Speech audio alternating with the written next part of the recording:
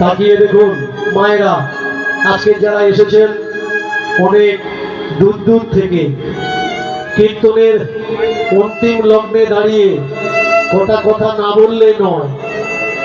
অনেকের মনে অনেক ধারণা আছে। কেউ বলছে দীনকৃষ্ণ ঠাকুর সনাতন ধর্ম নষ্ট করছে, কেউ বলছে দীনকৃষ্ণ ঠাকুর দেবদেবীর অপমান করছে। কিন্তু আসলে দীনকৃষ্ণ ঠাকুরের উদ্দেশ্য কি? দীনকৃষ্ণ ঠাকুর চাচ্ছে কি? মন দিয়ে শুনবেন।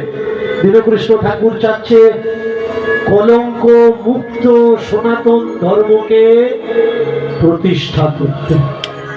সনাতন ধর্মের ভিতরে যত নোংরা নোংরা গল্পগুলো আছে, সেই গল্পগুলোকে আপডেটেড করতে, বাদ দেওয়ার জন্য দীনকৃষ্ণ ঠাকুর চিল্লাচ্ছে। এবার বলতে পারেন যে বাবা, ধর্মগ্রন্থের ভিতরে নোংরা গল্প আছে, আপনারা জানেন না ভগবান শ্রীকৃষ্ণের নামে এত জঘন্য জঘন্য নোংরা গল্প লেখা হয়েছে, যা আপনি ছেলে মেয়ে তো দূরের কথা, আপনি নিজে সেই বই খুলে পড়তে লজ্জা পাবেন। পড়ে নেবেন মৎস্য পুরাণ। মৎস্য পুরাণে ভগবান শ্রীকৃষ্ণের স্ত্রীদের পতিতা বানানো হয়েছে। কি বানানো হয়েছে? পতিতা। ভগবান শ্রীকৃষ্ণ মরে যাওয়ার পরে, শরীর ত্যাগ দেওয়ার পরে, ভগবান শ্রীকৃষ্ণের বউদের আশেপাশে রাজারা তারা লুট করে নিয়ে চলে গেছে। নিয়ে গিয়ে রেখেছে কোথায়? তাদের বাগান বাড়িতে রেখেছে। বাগান বাড়িতে রেখে তাদের সঙ্গে শারীরিক সম্ভোগ চালিয়ে যাচ্ছে। কয়েক বছর কেটে গেছে।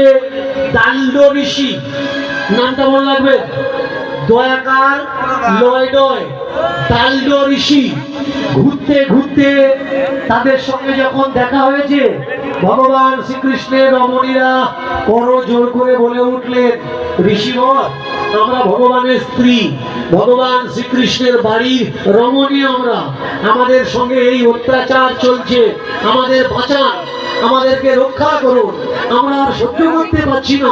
এই রাজারা বাগান বাড়িতে আমাদের পতিতা করে রেখেছে, আমাদের কাছে যখন খুশি তখন আসে, আমাদের এই শরীরকে ভোগ করতে, আমাদেরকে বাঁচান। দাল্য ঋষি বিধান দিচ্ছেন যে তোমরা উদ্ধার কি করে হবে? শুনবেন কথাগুলো মন দিয়ে। যে ব্রতের কথা বলেন, আপনারা যে বার ব্রতগুলো করেন না, বার করেন তো? করেন তো? বার ব্রত করেন তো? কখনো প্রশ্ন করেছেন যে এই বারটা কেন করব, কিসের জন্য করব? করেননি। কিন্তু ভালো করে শুনুন, দাণ্ড ঋষি যে বার ব্রতের কথা বলছে, বারটার নাম হচ্ছে অনঙ্গ দান ব্রত। অনঙ্গ দান ব্রত। এই অনঙ্গ দান ব্রত করবে কিভাবে বললে শোনো, তোমরা এক সপ্তাহ কাল অনাহারে কাটাবে। এক সপ্তাহ কাল অনাহারে কাটাবে। এক সপ্তাহ পরে তোমাদের বাড়িতে ব্রাহ্মণ যখন আসবে, এটা আমার মুখের কথা নয়, মৎস্য পুরাণের কথা। মৎস্য পুরাণ পড়বে, তাহলে বুঝতে পারবে। তোমাদের বাড়িতে যখন ব্রাহ্মণেরা আসবে, তাদেরকে দান দেবে। এই ব্রত চলবে কতদিন? এই ব্রত চলবে 15 দিন, এক পক্ষ কাল। এক পক্ষ কাল পরে গিয়ে ওই ব্রাহ্মণ যখন তোমাদের বাড়িতে আসবে, মনোভূত দান দক্ষিণা দেবে।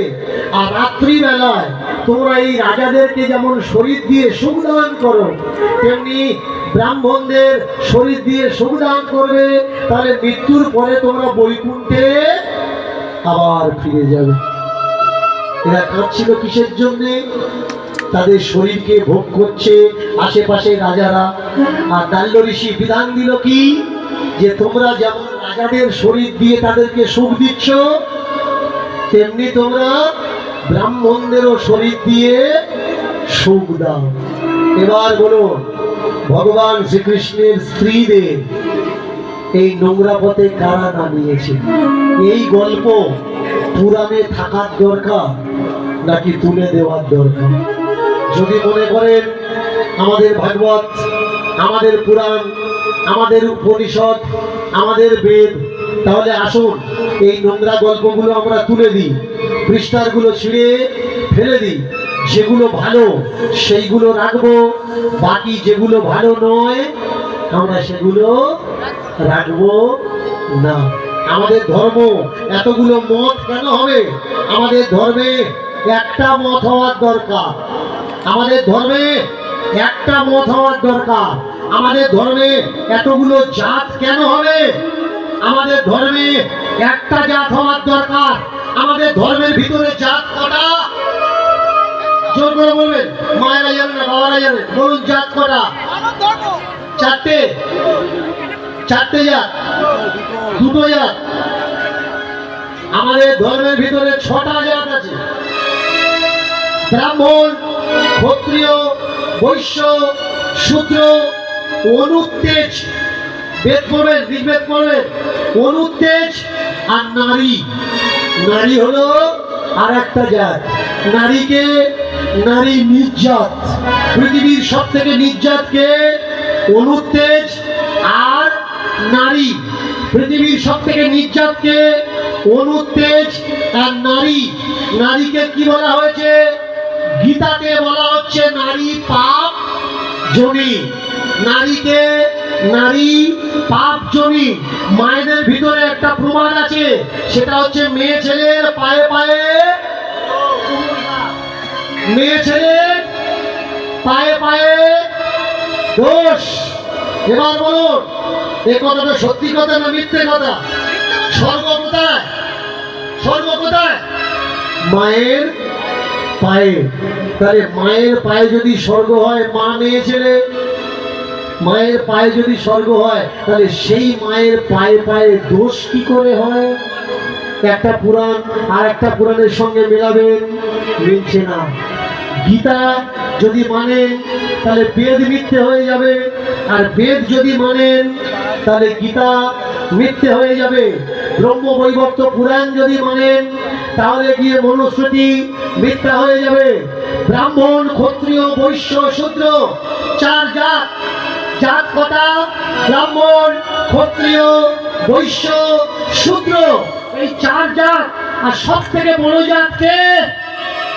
কে বড় জাত মায়েরা? ব্রাহ্মণ বড় জাত। এবার বলুন তো, একটা মায়ের যদি চারটে ছেলে হয় তাহলে কোনটা কোন জাত হবে? চারটে চার জাত হবে না চারটে এক জাত হবে? একই হবে। তাহলে পিতামহ ব্রহ্মার চারটে ছেলে হয়েছে, সেই চারটে ছেলের চারটে জাত কি করে হয়? প্রশ্ন করা লাগবে ভাই। যতক্ষণ তুমি নিজে প্রশ্ন না করবে ততক্ষণ তোমার কাছে উত্তর তুমি খুঁজে পাবে না। পৃথিবীতে কোনো জাত নেই, কোনো পাত নেই, শুধু নারী আর পুরুষ। আমরা কারা? আমরা মানুষ। কিন্তু মানুষ হয়ে জন্মে আমরা হিন্দু হওয়ার চেষ্টা করি, মুসলমান হওয়ার চেষ্টা করি, জৈন হওয়ার চেষ্টা করি, শিখ, ঈসাই, পারসি, বৌদ্ধ হওয়ার চেষ্টা করি। বলুন তো মায়েরা, মায়ের পেটের থেকে যখন আমরা বেরিয়েছি আমরা কি ছিলাম? আমাদের কোনো ধর্ম ছিল না। আমরা যখন বড় হয়েছি আমাদের গায়ে ধর্মের দাগ লাগিয়ে দেওয়া হয়েছে। আমরা যখন ছোট ছিলাম আমাদের কোনো জাত ছিল না, কোনো ধর্ম ছিল না। আপনি বলতে পারবেন হসপিটালে গিয়ে যে ওয়ার্ডে ছোট্ট ছোট্ট বাচ্চাগুলো রাখা হয়েছে ওই বাচ্চার জাত কি? বলতে পারবেন না। এত ঘৃণিত মানের প্রথা।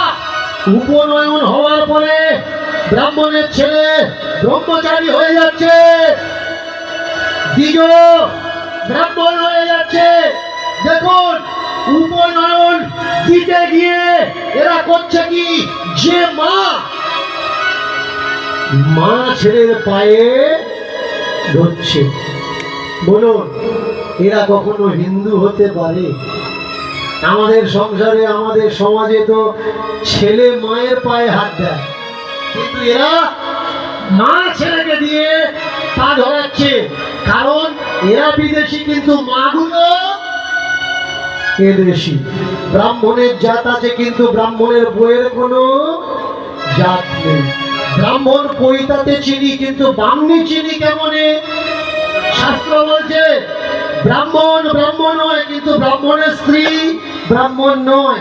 ব্রাহ্মণের স্ত্রী হচ্ছে শূদ্রা, ব্রাহ্মণের স্ত্রী নিচ জাত, কিন্তু ব্রাহ্মণ উঁচু জাত। এটা কে বলছে? আমি বলছি না, শাস্ত্র বলছে। আসুন না এই হিংসা ঘৃণার শাস্ত্রগুলো মুছে দিয়ে আমরা একটা প্রেমের শাস্ত্র তৈরি করি। এই হিংসা ঘৃণার জাত বিদ্বেষ মুছে দিয়ে আমরা একটা সমাজ তৈরি করি, একটা ধর্ম তৈরি করি, যে ধর্মের নাম হবে মানুষ ধর্ম, যেখানে কোনো উঁচু থাকবে না, যেখানে কোনো নিচু থাকবে না, যেখানে ঠাকুর পূজা করতে গেলে কোনো ব্রাহ্মণের প্রয়োজন হবে না। আপনার ঠাকুর সকাল থেকে ঠাকুর ঘরটা আপনি সাজাবেন। আপনি বাঙালি হলে বাংলায় বলবেন, বিহারি হলে বিহারিতে বলবেন, ভোজপুরিতে বলবেন, ওড়িয়া হলে ওড়িয়াতে বলবেন, কেরাল আসামে হলে আসামি ভাষায় বলবেন। যে যে ভাষা সে সেই ভাষায় ঠাকুরকে পূজা করবেন। আসুন না কারোর প্রয়োজন বাদ দিয়ে আমাদের ঠাকুর আমরা সাজাই, আমরা পূজা করে দিই। আপনারা বলতে পারেন যে বাবা ঠাকুর তো সংস্কৃত ছাড়া বোঝে না, বাংলা কথা বুঝবে, ওড়িয়া ভাষা বুঝবে, ভোজপুরি বুঝবে, কেরাল ভাষা আসামি ভাষা বুঝবে? কে বলেছে বুঝবে না? তোমার মনে কোনো আশা হয়েছে, কোনো চাহিদা হয়েছে, ঠাকুর ঘরে গিয়ে যখন তুমি মানত করছো তখন সংস্কৃত বলো না বাংলায় বলো?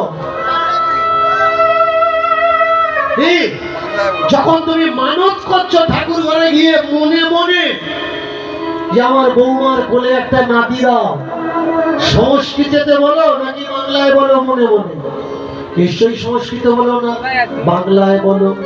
তাহলে সেখানে মানত করার সময় ঠাকুর যদি বাংলা বুঝতে পারে, পুজো করার সময় ঠাকুর বাংলা কেন বুঝবে না?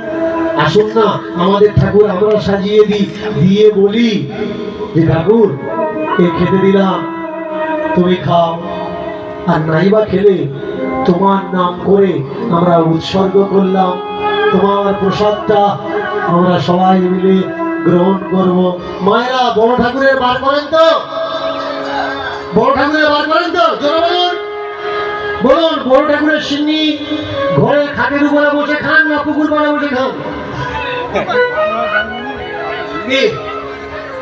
পুকুর পাড়ে বসে খান, বাড়িতে বসে খাবে। ঠাকুর যদি মনে করেন ঠাকুর পূজাকে এমন ঘৃণা করেন কেন? শ্রাবণ মাসে বাবার বার করেন তো, ভোলেনাথ বাবার বার করেন তো, কি পূজা করেন? ভোলেনাথের পূজা করেন না লিঙ্গ পূজা করেন? কোনটা পূজা করেন? লিঙ্গ পূজা করেন। তা আসুন না এবছর থেকে আমরা ভোলেনাথ পূজা শুরু করি। লিঙ্গ পূজা কেন করবো? ভোলেনাথের মূর্তি তৈরি করে ভোলেনাথের ছবি রেখে ভোলেনাথ পুজো করবো। এদের চালাকিটা দেখুন। আপনি যখন বড় ঠাকুরের বার করছেন, বার করে আপনি ডালাতে যে ফলটা দেন ওই ফলটা কাটা দেন না গোটা দেন? জোরে বলবেন। গোটা। ফলটা গোটা গোটা দেন, কেটে দেন। আর বামুনকে যে ফলটা দান করেন ওটা কাটা না গোটা? কেন গোটা কেন? ও জানে 10 দিন ধরে খাবো, কাটা হলে বেশি দিন থাকবে না। ওটা ও জানে, কিন্তু ওটা আপনি। প্রসাদটা যদি ভালো হবে, আসুন না যে ফলটা কোঁচা আছে ওই ফলটা নিয়ে ওকে দিই, গোটাটা কেন দেবো? ও কোনো প্রসাদের ধার ধারে না।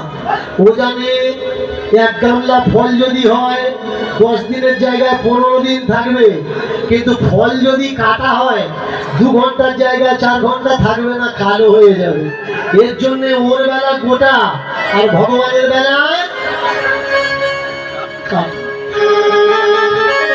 তোমার ভাগ্যটাও কপালটাও কাটা কাটা কাটা, আর তোমাদের ফল খেয়ে ওদের ভাগ্যটা গোটা। এর জন্য দুঃখী তোমরা, সুখী কারা?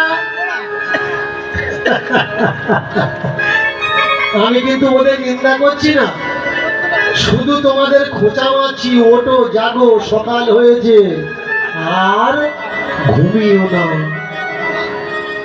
এবার ওঠো। 21 শতাব্দীতে দাঁড়িয়ে মানুষ পৃথিবী থেকে চাঁদে চলে যাচ্ছে। ঝড়টা হচ্ছে নাকি? ঝড় হচ্ছে? একবিংশ শতাব্দী মানুষ পৃথিবী থেকে চাঁদে চলে গেছে, কিন্তু আমরা এখনো মনে করি সূর্যটা পৃথিবীর চতুর্দিকে ঘুরছে। কেন? ওটা রামায়ণে লেখা আছে। বলুন তো, কুন্তী বাড়ি কোথায়? হস্তিনাপুর। কুন্তীর বাড়ি কোথায়? হস্তিনাপুর। পৃথিবীতে ছোট্ট একটি দেশ, আর এই দেশেতে তার জন্ম হয়েছে, এই দেশে বিবাহ হয়েছে। সাইজ কতটুকু? এতটুকু সাইজ, এতটুকুও নয়। আপনি যখন স্যাটেলাইট থেকে পৃথিবীকে দেখবেন আর কখনো ইমেজিং করবেন যে পৃথিবীর মানুষের কতটুকু সাইজ হতে পারে, সেখানে মাইক্রো সাইজ। এবার বলুন, পৃথিবী ছাড়া সূর্য কত বড়? আনুমানিক 13 লক্ষ গুণ বড়। এইবার ওই সূর্য এখানে কুন্তীর সঙ্গে শারীরিক মিলন করলো, তার পেটে বাচ্চা এলো। কুন্তীর প্রথম বাচ্চা হয়েছে কোথা থেকে? কানের থেকে। এখানকার বাচ্চা এখান থেকে বেরোয়? একটু চিন্তা করবেন কি করে বেরোয়। কিন্তু শাস্ত্রে লেখা আছে। ওরা সব জানে, কিন্তু আপনি জানেন না। ওরা হাতিকে উড়িয়ে দিচ্ছে আকাশে, হাতি আকাশে উঠছে। ওরা ছাগলকে আকাশে উড়িয়ে দিচ্ছে, ওরা ঘোড়াকে আকাশে উড়িয়ে দিচ্ছে, উঠছে। ওরা হরিণকে আকাশে উড়িয়ে দিচ্ছে, উঠছে। আপনি আমি আমরা শুনছি। কেন জানেন? মহাভারতের প্যারাগ্রাফের শেষে লেখা আছে, মহাভারতের কথা অমৃত সমান, কাশিরাম দাস কহে শুনে পুণ্যবান। ওই গাঁজাখুরি গল্পগুলো কারা শুনছে? পুণ্যবানেরা শুনছে। আর আপনি শোনার মনে মনে হচ্ছে তাহলে আমি বড় পুণ্যবান। আপনার মতন বেবকুফ পৃথিবীতে নেই।